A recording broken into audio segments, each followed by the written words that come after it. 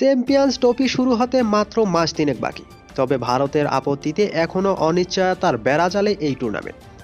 কিছুতেই পাকিস্তানে খেলতে যাবে না ভারত, খেলা হতে হবে হাইব্রিড মডেলে। ভারতের এমন দাবি মানতে নারাজ পাকিস্তানও।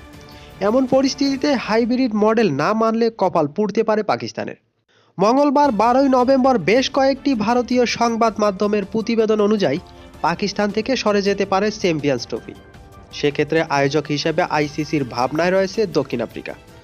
জনপ্রিয় ক্রিকেট ভিত্তিক সংবাদ মাধ্যম ক্রিকইনফো জানিয়েছে, পিসিবির চাওয়া অনুযায়ী পাকিস্তানে খেলতে না যাওয়ার কারণ জানিয়েছে বিসিসিআই।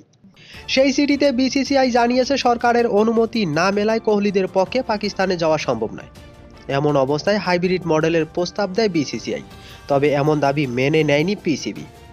সভাপতি মহসিন নাকভি জানিয়েছেন, কোনোভাবেই ভারতের প্রস্তাব মেনে নেবে না পাকিস্তান। এরপরেই বিষয়টি নিয়ে সরাসরি হস্তক্ষেপ করে খোদ আইসিসি। পিসিবিকে হাইব্রিড মডেল মেনে নিতে চাপ দেওয়া হচ্ছে বলেও দাবি ভারতীয় সংবাদ মাধ্যমগুলোর। উল্লেখ্য, এর আগে ভারতের আপত্তির কারণে হাইব্রিড মডেলে অনুষ্ঠিত হয়েছিল 2023 এশিয়া কাপ।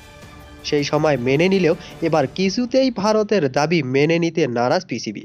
শেষ পর্যন্ত যদি হাইব্রিড মডেল না মেনে নেয় পাকিস্তান, তাহলে আবারও দেশের মাটিতে এত বড় টুর্নামেন্ট দেখার সুযোগ হারাবেন দেশটির সমর্থকরা।